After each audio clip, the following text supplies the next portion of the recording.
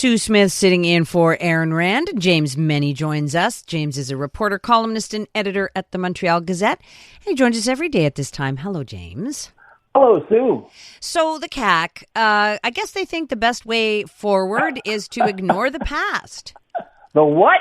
What are you talking? What is this CAQ you speak of, Earthwoman? No, listen, there is no CAQ. There is no CAQ. Apparently, there's no Francois Legault. There's no logo. The party logo has actually disappeared, No. and this much to the surprise and horror of the political press corps. Madame Frechette's doing a little gig introducing some Quebec City area candidates, and it's sort of like very, very noticeable.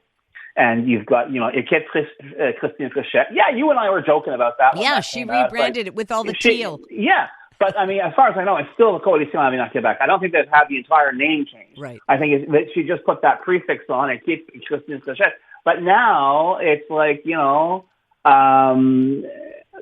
could anyone find a better way to write your opponent's attack ads for you, right? I mean, just using this as an example, just taking any B-roll from this, showing the lack of the idea apparently on behalf of the CAQ is, the last 8 years, it's like finding Bobby Ewing in the shower. They didn't happen. They were not there. And this is the whole. We're hitting the reset button as if this entire tsunami of political incompetence, of divisiveness, of pandering to the lowest common denominator of a lot of voters' characters to turn around and make it clear that it's all someone else's fault, and you always have to have a confrontation. Indeed, we're even seeing it today with the alcohol sales, and this idea that we are, we're doing a great job. They did a terrible job. You can't find a single thing they did that made Quebecers' lives better. They spent 8 years in office, and the only real legacy they have is just how much will have to be undone when they get wiped off the map in October. But the problem is, who's going to be in charge back then, and how much of those blunders, how much of that absolutely wasted money and energy and resources will actually be made good. And I think it's a question that reporters should start asking politicians in this campaign. With all due respect to the CAQ or Madame Frechette, I don't know if I can use that word anymore, but with all due respect to Madame Frechette, what's the first thing you have to undo from the past 8 years? I'd be fascinated to hear what the answers are going to be. Yeah, well, I mean, she was part of it, right? I mean, yes, absolutely. She's rebranding, but she was a significant part of it. Listen, there was before. I mean, this was before I went on vacation, but I'm sure you were aware. There seemed to have been, it hit me like a freight train. There seemed to be this almost kind of tacit agreement among the sort of the pundits, among the observers, among the analysts. Oh, she's gonna bring it. Oh, she's a breath of fresh air. Yeah. And look at her, and she's not. Like you say, she was in all of it up to her neck. Okay, and to pretend that it didn't happen not only is insulting to her fellow party members, to her fellow members of government, but also to the Quebec electorate. And I don't think it's for nothing. I understand on the one hand why this ridiculous measure was taken, because it seems every other day we're finding out that some MNA has suddenly discovered they need to spend more time with their family and they're leaving politics. I understand that. And I think actually, I'm not sure, because a couple of platforms, the Gazette included, we're keeping a running count. I think we've actually passed 40 now. Wow. But the fact is, this is like nuts. This is how stupid do you think people are? How can you stand there with a straight face and pretend the last 8 years didn't happen? Although you can't blame her. I mean, the woman is, and first of all, she is a different person. She does seem to have a different approach. But I mean, and who would want to be associated with that? Well, what gets me is she claims she left the Parti Québécois because she used to work for Jean-François Lisée.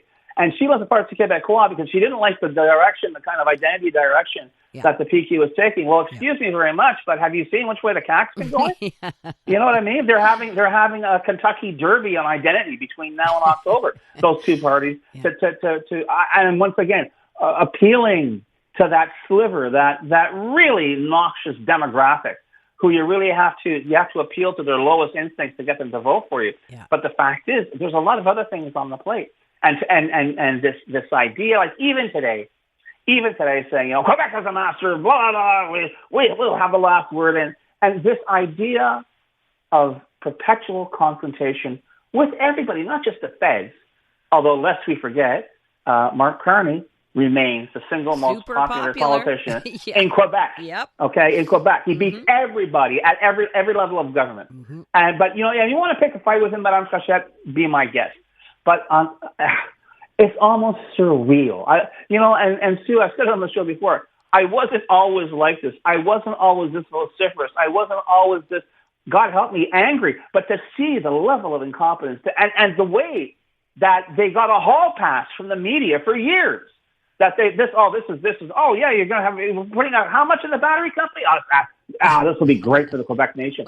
And then we turn around, Sue, and basically we look like the old, I'm going to date myself here, like that poor character in those editorial cartoons, you know who, the guy wearing a barrel with suspenders. We got nothing. We have deficits. We've got nothing, no light at the end of the tunnel. And now the big question is, do we elect the separatists and get a referendum, or do we have any other choices? Yeah. That's scary as hell. But all of that said, to see a party with a straight face turn around and try and pull this it just beggars belief. Well, that's why people like you are here to remind us, James. But I do want to get to the third link, though, because we were going to talk about it yesterday, and I do think, this is a real, we don't really get it, I don't think, here in Montreal, but it's a big deal in Quebec.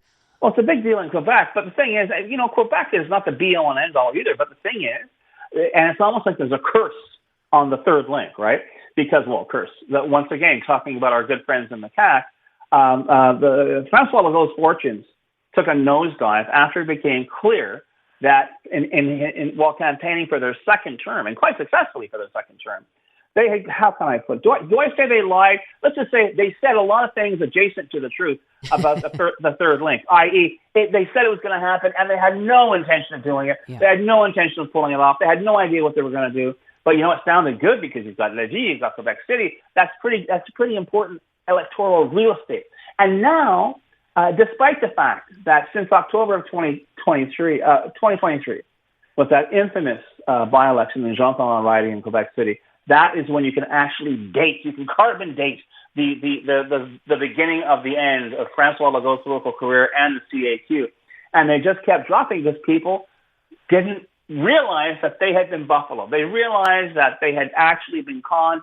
But now everyone has got to have a stance on the third link, okay? Because they also know this guy, Eric Dehane, with Conservatives, is coming in hot in the Quebec City area. They're doing quite well. Yep. Some polls have them ahead. Some polls have them just behind or in a dead heat with the PQ.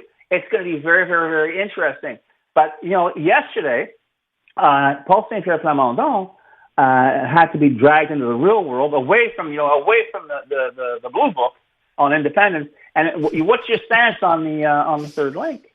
We backed the plan back in 2022, and you can be pretty sure that'll be the plan we're back. It turns out the plan they back then was a tunnel under the river linking the two cities, and it'll have a light rail train running back and forth.